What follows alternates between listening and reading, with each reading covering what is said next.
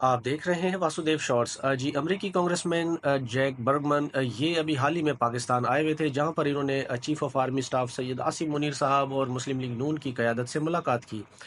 मुलाकात कर कर वो चले गए। तहरीक इंसाफ के लोगों से मुलाकात उनकी नहीं हो पाई, और अयाज सादिक साहब ने भी ये कहा कि अमेरिकी वफ़द जो आया है, उन्होंने बानी पीटीआई का नाम तक ना लिया, और हमें ये यकीन दहानी कराई है कि पाकिस्तान के अंदरूनी मामले पर हम बात नहीं करेंगे। वही जैक बर्बन साहब, उन्होंने अमरीकी सदर डोनाल्ड ट्रंप को एक ख़त लिख डाला, और उन्होंने पाकिस्तान में जो अभी वो यहाँ से होकर गए हैं, सारी असेसमेंट रिपोर्ट उनके सामने रख दी, और उन्होंने बताया कि पाकिस्तान में इस वक्त इंसानी हकूक़ की संगीन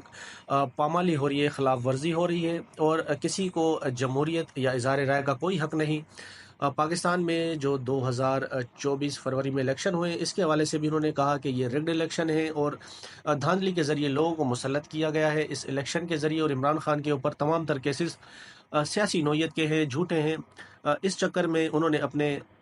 साबिक वज़ीर आज़म को जेल में भी डाला हुआ है, और उसके अलावा इस ख़त में मोहसिन नकवी साहब जो वज़ीर दाखिला हैं, जिनकी एक मशहूर ज़माना गुफ्तगू थी,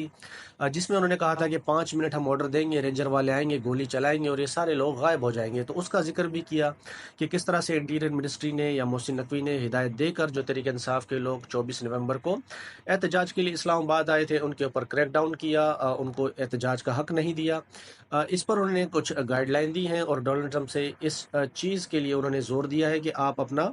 ऑफिस जो है वो इस्तेमाल करें, और पाकिस्तान में जो जमहूरियत है इसकी बहाली को यकीनी बनाया जाए, इस पे इक़दाम उठाए जाए। और उन्होंने एक बिल आने वाला है पाकिस्तान डेमोक्रेटिक एक्ट के नाम से, उसके हवाले से भी डोनाल्ड ट्रंप की उस पर तवज्जो दिलाई।